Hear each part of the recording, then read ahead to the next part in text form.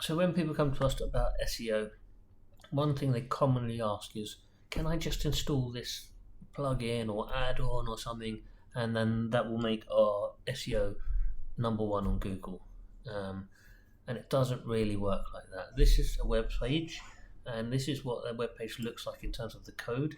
As you can see here, I've highlighted the title, and that is one of the key things that will be used by Google. So knowing that is helpful. They also use a description and lots of other things. Some of the code, if we look at some of the websites here, you can see here these ones got star ratings below it and review numbers below it and stuff like that.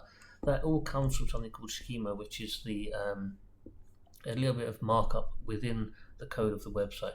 If you don't have it there, Google won't know to look for these hints, and it won't be able to display them in the results. And those results with those hints on them, like the ratings and stuff, are shown to be clicked through more often. So it's well worth having those types of things added to your website. But unfortunately, it's not a silver bullet. A lot of people come to me and say, look, everybody knows you just have to install this thing.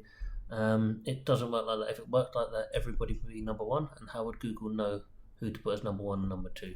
Unfortunately, SEO is an ongoing process where we work on a month-to-month basis, creating content, taking care of the technical issues, ensuring that all the technical bits are ticked off, and following a long list of things. There's over 100 ranking factors for Google search engine optimization. It's a big job. But if you'd like to know more information, please do get in touch.